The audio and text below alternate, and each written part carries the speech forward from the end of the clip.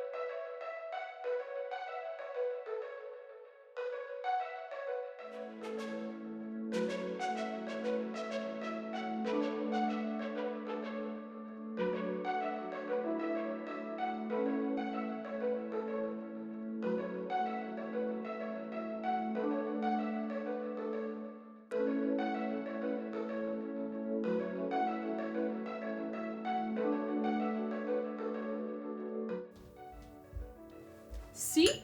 It's really easy and super quick. So now you just have to label them so you know which one is which one, and then start building your own cocktail. See you in the next episode.